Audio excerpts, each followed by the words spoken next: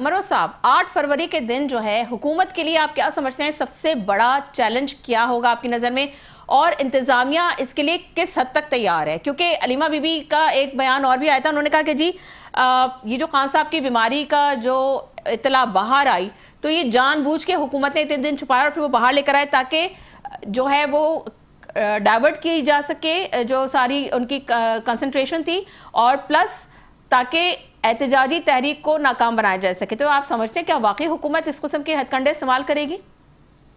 नहीं, हुकूमत को 8 फरवरी पे बहुत बड़ी जिम्मेदारी आई होती है।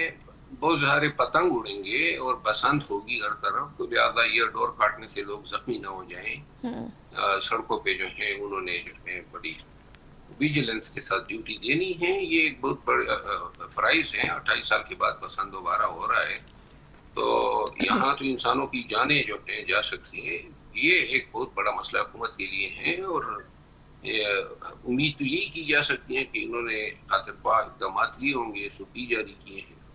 बाकी कोई मसला हुकूमत के लिए मुझे नजर नहीं आ रहा। ठीक है सर, बस एक लास्ट क्वेश्चन करना चाहूंगी, शॉर्टली बता दीजिएगा। पार्टी के कारकुन जो है वो जेलों में, रहनुमा रुपोश हैं, तो क्या ये तहरीक अवाम में वो जोश पैदा कर पाएगी जो पहले था, या खतरे में है आपकी नज़र में? और आपके ख्याल में अगले दिनों में सियासत किस रुख की तरफ जाएगी? क्या कोई आप बड़ा सियासी मोड़ देखने को मिल सकता है आपकी नज़र में, या ये सब आप समझते हैं कि मामूल के मुताबिक रहेगा?